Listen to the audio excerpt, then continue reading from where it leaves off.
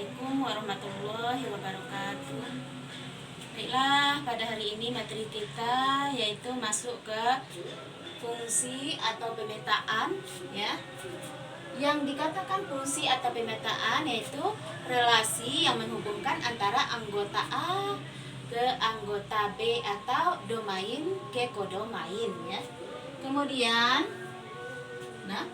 pemetaan fungsi atau pemetaan ini memiliki syarat ya, ada syaratnya ya.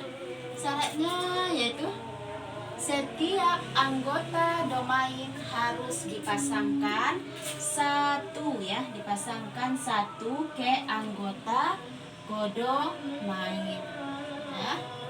Jadi anggota domainnya harus dipasangkan satu saja ke anggota kodomain. Nah, contoh soal di sini ya, manakah yang merupakan fungsi ya? Jadi, ya sudah Ibu bikin sini ya. Contoh 1, 2, 3, 4 di sini ya. Di antara 1, 2, 3 dan 4 contoh ya, kita akan menentukan manakah yang termasuk fungsi atau pemetaan di sini dan mana yang bukan ya. Perhatikan. Nah, nih yang pertama ya, contoh yang pertama nih anggota domain di sini ada 3 anggota ya. Jadi anggota domain atau anggota A di sini ada 3. Kemudian kodomainnya ya, anggota kodomain ada 1 ya, ada 1 di sini. Kemudian ya, kita lihat syaratnya tadi anggota domain ya dipasangkan hanya 1 saja pada anggota kodomain. Dia tidak boleh lebih dipasangkan. Jadi hanya boleh 1. Nah, di sini kalian lihat yang ini ya, ini ibu bikin titik-titik saja ya, notah saja contoh. Ini dipasangkan 1 ke sini ya. Ini juga 1 pasangannya di sini ya. Ini juga dipasangkan 1 pasangannya di kodomain atau di B. Nah, ini sudah sesuai syaratnya tadi ya. Domain, anggota domain harus punya pasangan 1 saja di kodomain ya. Jadi ini termasuk ya, termasuk fungsi ya. Jadi ini merupakan contoh fungsi. Nah, kita perhatikan lagi yang nomor 2 ya. Lihat sini anggota A ya. Ada 1 ya. Ada 1 anggota A di sini.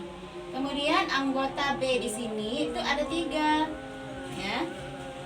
Kemudian syarat pemetaan tadi ya, anggota domain hanya boleh dipasangkan 1 saja pada anggota kodomain. Nah, di sini anggota domain ini sudah dipasangkan lebih dari 1 ya. Nih dipasangkan dengan yang ini, dipasangkan dengan yang ini, dipasangkan dengan yang ini. Jadi ini bukan fungsi ya. Ini bukan, tidak boleh ya. Bukan fungsi. Nah, untuk lebih jelas kalian juga bisa memahami, boleh kita ibaratkan kodomain ini ibu ya. Ini kodomain ibu.